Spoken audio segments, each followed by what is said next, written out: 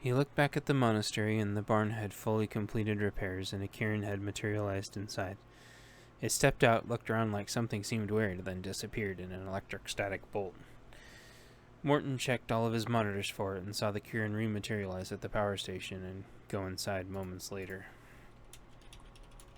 Morton switched to his cameras and monitoring of inside the station, and the cairn walked to each system, zapping it with the forked branch on his head. As the cairn did this, each of the toggles went from green to red. Outside, the spiders were past capacity, and parts of the code were starting to get through and land without being webbed. Morton armored up and dashed outside to help, his sword and shield rematerializing on command thanks to the reboot. When Morton got to the data, he destroyed every piece that he could. He didn't need to fully destroy the nuggets of code, but he at least tried to render the code inert so it couldn't glob up again. It was falling faster than he could destroy it, though, so he dematerialized his shield and materialized a second sword. This sped up with the slicing of the code, but there was still no way to destroy it at the flow it was coming in. The cairn seemed to have a plan, though, and Morton was going to do everything he could to buy his buddy some time. Morton slashed and sliced and stabbed at the code until he was wading around in dead code up to his knees, trying to swipe and slash some more pieces even as they came flying in from the virtual sky. As he looked to try to intercept the next one, he saw the radio tower turn from green to red.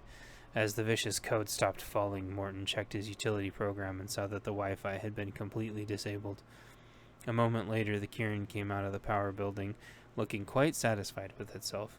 The spiders slowly but surely began to catch up and cart the data off to where it could be easily defragmented back into usable data by normal system utilities. That facility looked like a big metal wood chipper, basically, with a conveyor belt out the other end with fresh empty cubes. The cairn bowed to Morton, who bowed back, and then the Vanquisher zipped off back to its program area. Morton drafted instructions into the system to give the cairn full access from now on, without needing to request permissions.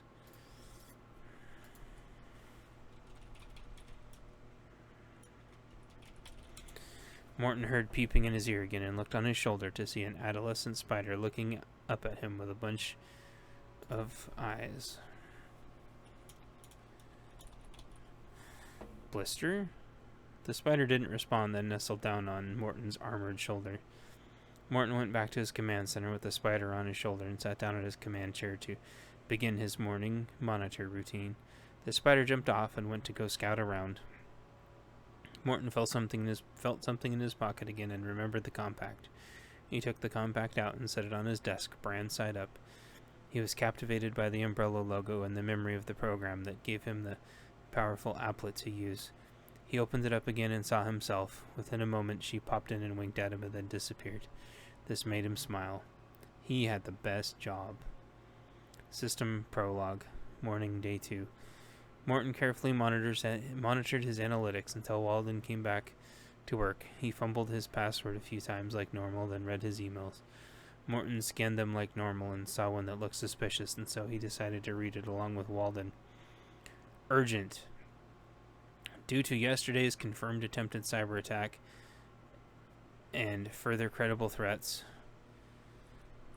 we are on emergency internet isolation protocols until further notice. We're running on independent electrical systems and all of our physical defensive preventative measures are compromised. I've been assured that our physical security team still has it under control and that we are to stay put and await further instructions. Don't forget, if anything happens, we still have that active shooter plan we used to practice a long time ago. Also, we owe it to our amazing cybersecurity team that our computers are running at all. All of you guys are the best. I wouldn't want to be working with anyone else. Johnson, site exec. Save paper, only print when necessary. Walden puttered around his computer for a bit after checking his other messages and some metrics. Walden messaged someone that everything was fine with intolerance and the backup systems were running fine, and then he got up from his desk.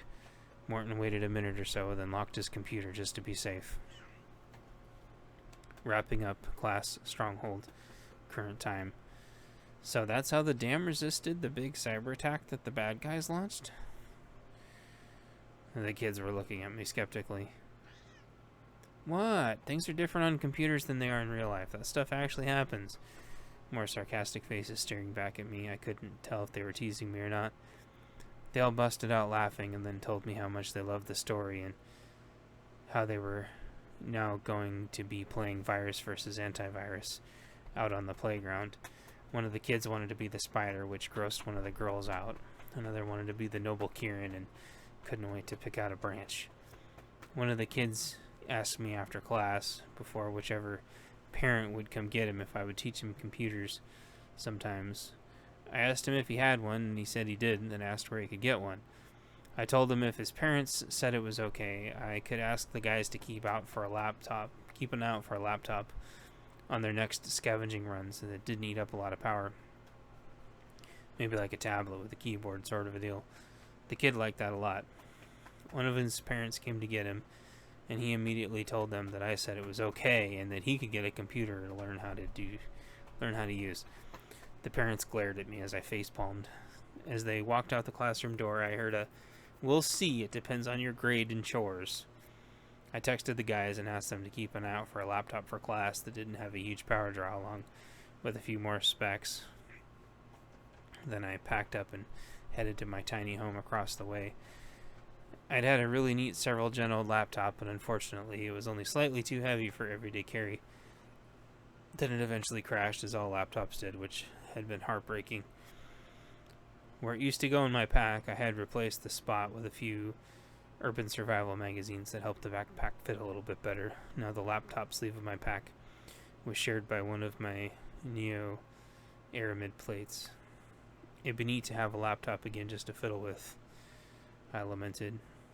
I fed and watered the cat and got ready for bed. I imagined her with gold armor, and she looked at me like a goof. I patted her on the head, which made her very happy.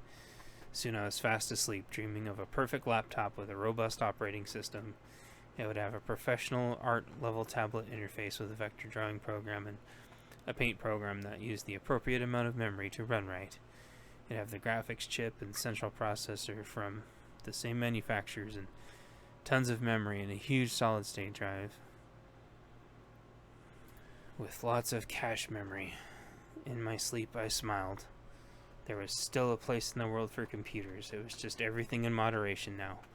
A balance, like how it was always meant to be.